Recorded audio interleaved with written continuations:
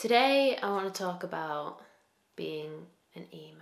When I wrote my album Red, which is available on my merch store in CD form, hint hint, I wanted to write an album that was filled with pop songs and acoustic songs and had a lot of emotion in it and a lot of passion in it. And as a result of that, a lot of the songs that went on this album are super emotional. There are three songs that I think are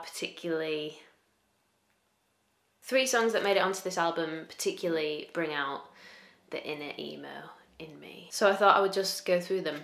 In track listing order, the first one is Miss You. Miss You is simply a song about missing someone, but knowing that you can never go back to the time and the place and the situation that you miss. So I wrote this with Ben Matravers, who's one of my best friends, and produced the album. We could both draw on some of our own personal experiences for this song. There is the original demo of this song already online, so I'll put a link to that below. It's very, very stripped. We wrote it just on piano, and the studio version has a lot of other different things going on, like guitar and synth and some drums, and it's very cool. But I do love both versions, so if you do get a chance, please go and listen to the original demo, and I'll pop the link for the album below so you can check out the studio version as well. My favourite thing about Miss You is probably the lyrics, because the way that we wrote it is so literal. There's not many metaphors in there, and metaphors are something that I usually use a lot in my songwriting, but Miss You is just like,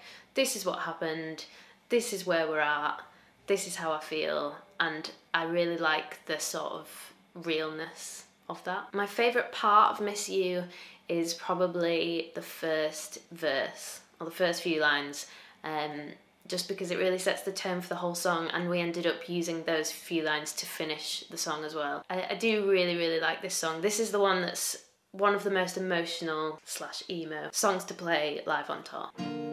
Wrong place, wrong time, and now you'll never be mine. And it's just about long enough ago I found a new way to let go, but you keep barging back into my mind.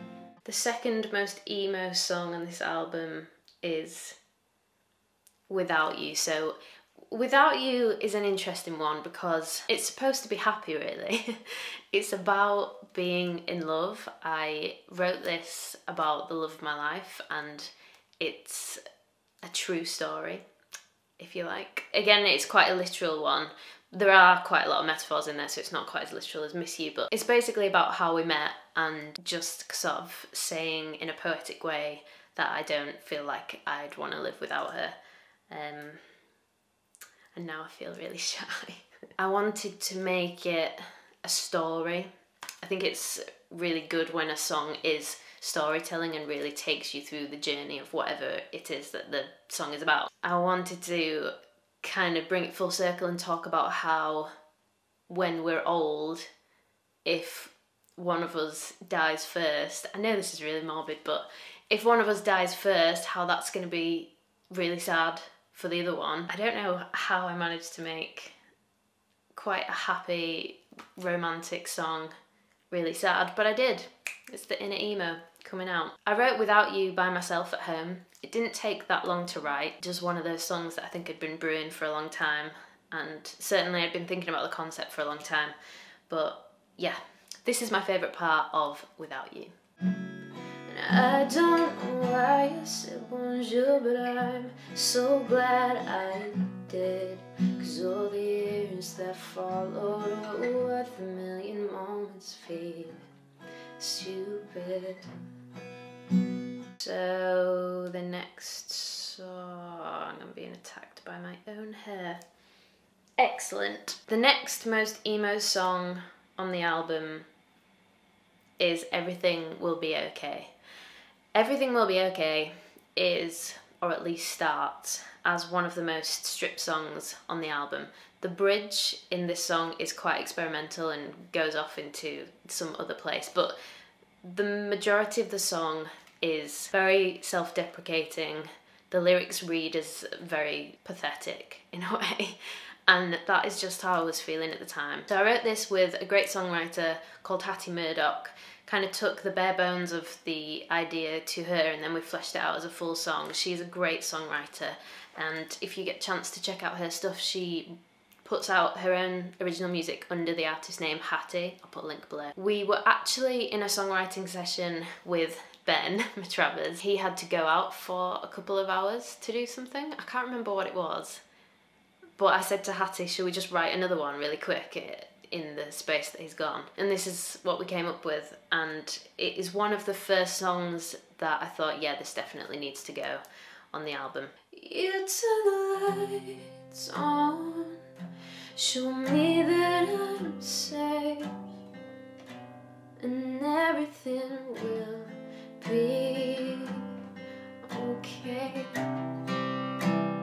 It's sort of about the realisation that somebody saying to you, everything will be okay, whether it is going to be or whether it's not going to be, just having someone who loves you say everything will be okay does make a big difference, or it did to me at the time. From what I can remember, we wrote the whole song in the space of about an hour, and you know, it's just one of those ones that flowed out, but we had to tweak the lyrics over the course of a couple of months. Basically, in the beginning, the lyrics were really quite complicated and said a lot of things about a lot of different things. There are loads of different situations where somebody might say everything will be okay to you, and we'd come to write this song and brought our own experiences into this song, and it just got a little bit confused because we were both talking about a few different situations in which somebody had said to us everything will be okay. So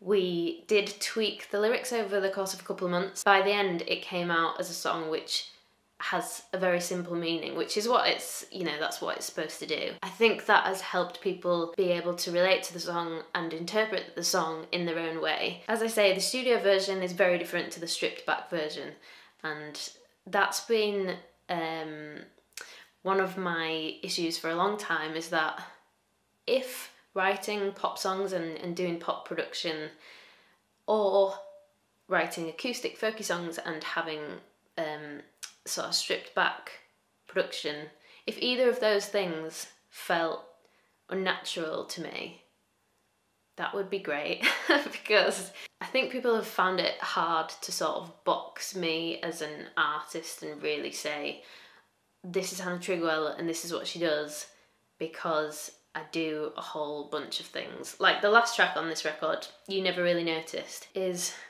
so experimental and kind of flits between different genres, and I absolutely love the song, and the production style and the mix and everything just felt right for me and for the song. But then I compare that to other things that I've written, like Never Gonna Do That Again, which is, you know, very simple and acoustic guitar driven. So yeah, that's been an interesting kind of path to carve. The album as a whole is definitely an amalgamation of acoustic music and pop music. I'm really glad at how it's come out. I'm super proud of this. There are CDs available, but the whole album is also available on online sites like Spotify, iTunes, Tidal, all those ones. And if you want to check that out, that would be awesome. Please let me know what you think. If there are any glaringly obvious songs that you think I've missed off my emo songs on the album list, please let me know, and I'll see you all next time.